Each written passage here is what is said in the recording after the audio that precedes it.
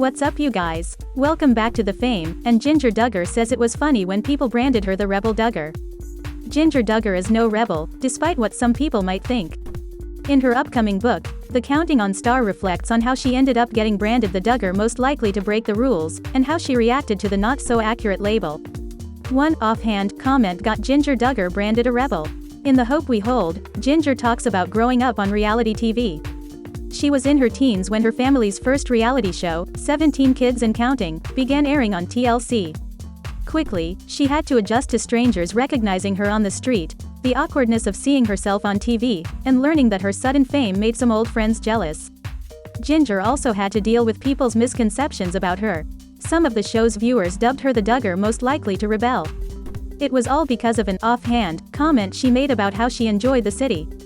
That innocent statement turned into entire Reddit threads about how I wanted to move away from my family and lead an exciting life in the big city, she writes in the book. Even people I met when I was out and about mentioned it from time to time. At the time, Jinger says she was baffled that so many people thought she was planning to break away from her family. But I'm a teenager, I thought incredulously, she writes. I'm not going anywhere. The Counting on Star says she learned to be careful.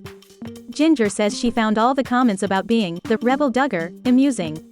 I wanted nothing more than to please my parents, she writes.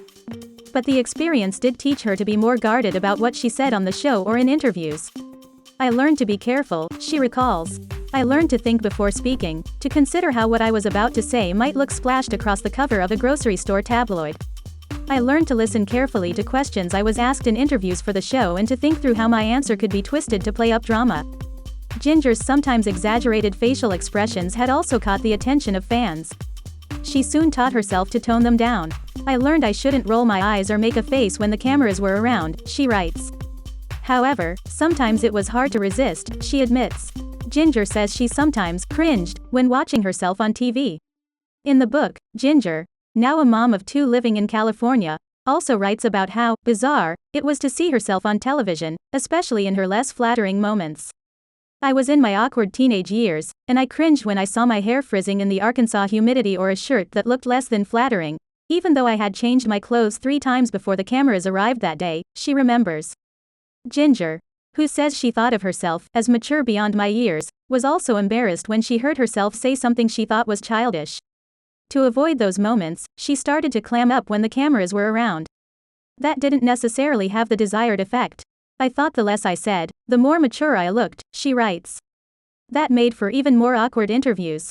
Right now you guys, I want to know what you think about this news. Share all your thoughts in the comment section below. Bye guys.